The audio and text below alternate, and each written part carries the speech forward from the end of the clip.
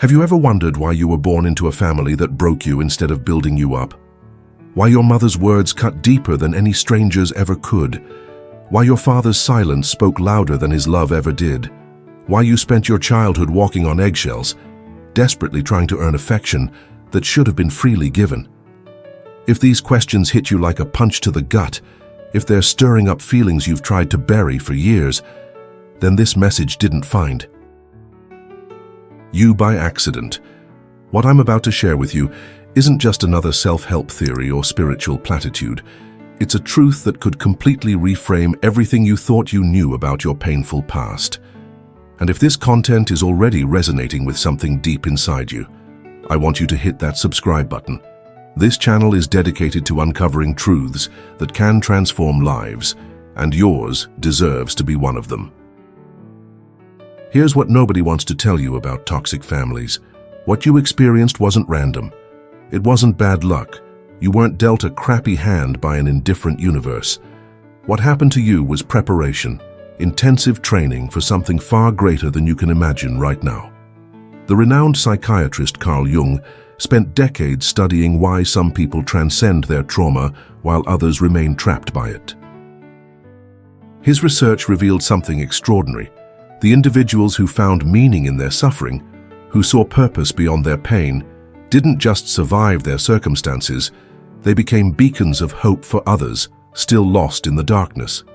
But here's where it gets really interesting. Jung discovered that the most profound spiritual awakenings often came from the deepest wounds. The people who developed the strongest sense of self were those who had to rebuild themselves from scratch. The individuals with the greatest capacity for compassion were those who had experienced the absence of it firsthand. What if I told you that your soul chose that family before you were born? What if your spirit knew exactly what it needed to develop the strength, wisdom, and resilience required for your true purpose? This isn't victim blaming, this is soul recognition. You see, the souls that incarnate into toxic families aren't weak souls being punished for past mistakes. They're warrior souls, transmuter souls who come to Earth with a specific mission: to break generational chains of pain, transform destructive patterns, and elevate collective consciousness. But to do this work authentically, they needed to experience the darkness they came to heal. Think about it logically. How can someone who's never known hunger truly teach about abundance? How can someone who's never felt abandoned genuinely understand the value of self-love? How can someone who grew up in a supportive, validating home teach others to find their worth when the world turns its back on them? Your pain wasn't meaningless. Every criticism you absorbed as a child, every time you felt invisible in your own home, every moment you searched for love in empty eyes, all of it was forging something extraordinary within you: an unparalleled ability to recognize authentic love, to create safety where others find only chaos, to build family where others encounter only loneliness. Toxic families function like funhouse mirrors, showing you distorted reflections of who you really are. They teach you about love through its absence. They speak of your worth by demonstrating contempt. And in that painful paradox, your soul begins to awaken. It starts asking the questions that change everything. Is this really love? Is this what I deserve? Is there something more beyond this reality? This is where we need to shatter the biggest lie society has sold us about families. We've been told that blood is thicker than water, that family always loves you no matter what, that you must honor your parents unconditionally. But what happens when that blood is poisoned? What happens when that unconditional love comes with toxic conditions? The truth is, not all families love. Some families are simply groups of wounded people recycling patterns of pain they inherited from previous generations. Recognizing this doesn't make you a bad person, it makes you a conscious one. If you're feeling like these words are describing your reality, if you recognize that sensation of growing up feeling like a stranger in your own home, drop a comment below.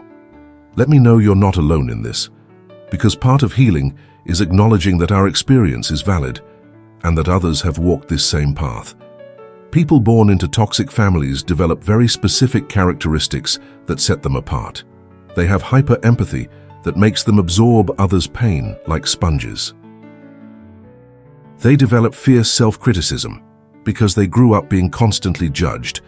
They have an almost desperate need to please because they learned their worth depended on making others happy, even at the cost of their own happiness.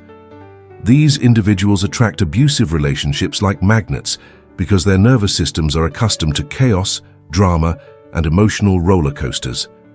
Tranquility feels boring, almost suspicious. They've normalized suffering to the point where if they're not suffering, they feel like something must be wrong. But here's the game-changing detail. That same sensitivity that makes them vulnerable to pain also makes them extraordinarily capable of healing, transforming, and creating beauty where others see only destruction. They're like emotional alchemists, able to turn the lead of suffering into the gold of wisdom. Spiritual awakening for these souls doesn't arrive in a moment of bliss or sudden enlightenment. It comes at rock bottom, in that moment of complete collapse, where they can no longer pretend everything is fine. It arrives when they're so broken, they have no choice but to start rebuilding from the ground up. And remember, if this content is speaking to you, make sure to subscribe to the channel. We need to create a community of conscious souls supporting each other through this awakening process. The symptoms of this awakening are unmistakable. First comes isolation, that almost physical need to withdraw from everyone and everything. Then existential exhaustion, that bone-deep tiredness that has no apparent cause. Next comes massive questioning. Beliefs, relationships, life purpose, everything gets put under the microscope of emerging consciousness. This process isn't pretty. It's not like the sanitized version you see on social media with its mantras and crystals. Spiritual awakening is demolition before construction. It's the death of the ego you thought you were to make way for the being you actually are. And in this process of demolition and reconstruction begins the most important work, breaking family cycles without hatred, but with fierce consciousness. There's a crucial difference many people don't understand. Forgiveness doesn't mean reconnection. You can release resentment without re-exposing yourself to harm. You can honor your life without honoring those who nearly destroyed it. You don't need to love your parents to love your life. You don't need to justify their actions to justify your existence. You don't need to maintain contact with those who hurt you to be a good person. What you need is to protect the sacred flame you carry within and not allow anyone, regardless of blood relation, to extinguish it. When you begin this process of individual healing, something magical happens. You don't just heal yourself, you interrupt patterns of pain that have been running through your family lineage for generations. You become the link that says, this pain stops here. You become the healed ancestor that future generations of your family will thank. This is your spiritual mission, the reason your soul chose that difficult path. You didn't come to this world to be a victim, you came to be a transmuter. You didn't come to perpetuate pain, you came to heal it. You didn't come to follow patterns, you came to create new ones. But let me tell you something crucial about this awakening process you're experiencing. There are specific signs that indicate you're on the right track, that your soul is remembering who you really are. First, you'll begin to feel profound fatigue toward family drama. Those toxic conversations that used to hook you emotionally now create a sense of emptiness, like watching a movie you're no longer interested in. It's your higher consciousness telling you that you've evolved beyond those patterns. Second, you'll develop what we might call refined energetic sensitivity. You'll begin to perceive when someone is being authentic or acting from their wound. You'll physically feel when a conversation is loaded with emotional manipulation. Your body will become a detector of emotional lies, and this is a gift, though it may feel overwhelming at first. Third, you'll experience what mystics call the dark night of the soul, but in a different way. It won't be the blind desperation of before, but conscious sadness, sacred melancholy for all the time you lost trying to be loved by people who didn't know how to love. It's grief for the childhood you never had, for the parents you needed but didn't receive. And here comes something beautiful. In this conscious sadness, you'll begin to reparent your inner child. You'll become the loving mother you needed, the protective father you deserved. You'll start speaking to yourself with the tenderness you never received, defending yourself with the fierceness no one showed for you, valuing yourself with the intensity you always sought in others' eyes. This reparenting process isn't just a psychological technique, it's pure magic. You're literally rewriting your emotional history, changing the neural pathways that formed in childhood, creating new networks of self-love where there was once only criticism and abandonment. And while you do this inner work, something extraordinary happens in your outer world. People begin treating you differently, not because you've changed your appearance or way of speaking, but because you've changed your energetic frequency. When you truly value yourself, when you set boundaries from self-love rather than anger, when you stop seeking external validation, you automatically attract people who see and respect you. It's as if you'd been broadcasting a signal that said, "I'm available to be mistreated," and suddenly you change the frequency to "I deserve love and respect." People tuned into the first frequency naturally drift away, while those who resonate with the second begin appearing in your life. But I want to warn you about something that happens at this stage. Family resistance intensifies. When you start changing, when you stop playing your assigned role in the toxic family dynamic, the entire system becomes unstable. Your family members may intensify their manipulative behaviors, make you feel guilty for changing, accuse you of thinking you're superior or being poisoned by therapists or self-help books. This resistance isn't coincidental. Dysfunctional family systems need all members to maintain their roles to keep functioning. If you were the black sheep, the scapegoat, everyone's emotional caretaker, and you suddenly stop fulfilling that function, the entire toxic balance becomes unstable. And that generates panic in the system. It's crucial you understand that this resistance is actually confirmation you're on the right path. If your family had been truly healthy, they would celebrate your growth, support your healing, rejoice in seeing you flourish. The fact that they feel threatened by your evolution is the clearest proof that you needed this change. And amid this family resistance, you may experience moments of profound doubt. Moments when you wonder if you're being too harsh, if you should give another chance, if you're exaggerating the damage you received. These moments of doubt are normal, but they're also traps of old programming. Your mind, accustomed for years to minimizing abuse and maximizing your responsibility in toxic dynamics, will try to convince you to return to familiar patterns. It's like an addict in detox romanticizing the drug that nearly destroyed them. Your brain, accustomed to emotional chaos, may experience drama withdrawal. But every time you resist that temptation to go back, every time you maintain your boundaries despite the guilt, every time you choose your well-being over family comfort, you're strengthening new neural circuits of self-love. You're training your nervous system to get used to peace instead of chaos. The souls that are born into toxic families are seeds of new consciousness. They're the ones who teach the world about real self-love, healthy boundaries, the difference between empathy and codependency. They're the ones who show that you can be strong without being hard, vulnerable without being weak, loving without being compliant. And when you finally begin to heal, when you start reconnecting with who you really are beyond the pain and family programming, you discover something extraordinary. Your worth never depended on external validation. Your light never went out. It was just covered by layers of others' pain that you assumed as your own. At this point in the journey, it's often necessary to distance yourself physically and emotionally from toxic family, even though it hurts. And yes, it's going to hurt.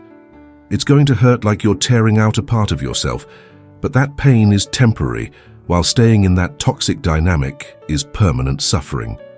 And here's where you find something beautiful: your real family. Not the blood family you were dealt, but the soul family you choose. Those people who come into your life and see you, understand you, embrace you exactly as you are without needing you to break into pieces to prove your worth. These new connections show you what was always possible, but you never experienced. Love without destructive conditions, support without manipulation, understanding without judgment. And in these healthy bonds, your soul finally finds the home it always sought. Your sensitivity isn't a weakness, it's your superpower. Your ability to feel deeply, to perceive emotional nuances others don't see, to detect emotional lies from miles away, all of that are tools you developed in the laboratory of your dysfunctional family. Tools you can now use to help others find their path to healing. Because when someone who has lived in darkness finds the light, they become a beacon for others still navigating the storm. Your story of pain transformed into wisdom becomes the map others need to find their own path to freedom. Remember that every time you choose self-love over people-pleasing, every time you set boundaries instead of allowing abuse, every time you choose truth over the comfort of denial, you're sending healing waves that extend far beyond what you can imagine. You're changing not just your reality, but the reality of everyone blessed to know you. The healing you do within becomes inspiration for others. Your courage to break patterns becomes permission for others to do the same. Your decision to choose self-love becomes a living example that it's possible, that it can be done, that it's worth it. And when you look back from the perspective of healing, you begin to see your story not as a tragedy, but as an epic. You begin to understand that every difficult moment was forging extraordinary capacity for compassion, resistance, and transformation within you. You weren't weak for having suffered. You were brave for having survived. You weren't a victim for being born into that family. You were chosen by your soul for a mission that required exactly that experience. You weren't punished for some cosmic sin. You were trained to become a warrior of light. And now, from this place of understanding, you have a beautiful responsibility to honor everything you've lived by becoming the person you needed when you were small, to become the voice you would have liked to hear when you felt alone, to become the embrace you needed when the world felt cold. If this message has touched your heart, if you felt it was speaking directly to you, I ask you not to stay silent. Subscribe to the channel, leave a like, share this content with someone you know needs it. But above all, comment and tell us your story, because in this sacred space we're creating, your voice matters, your experience counts, your healing inspires others to find the courage to begin their own journey. And remember this final truth: you weren't born into the wrong family. You were born exactly where your soul needed to be born to become who you're destined to be. The pain you've lived wasn't a cosmic mistake, it was preparation. And now it's time to use that preparation for the purpose it was intended: to heal, transform, inspire, and elevate the consciousness of this beautiful planet we all share. Your light is needed here, your story matters, your healing is changing the world.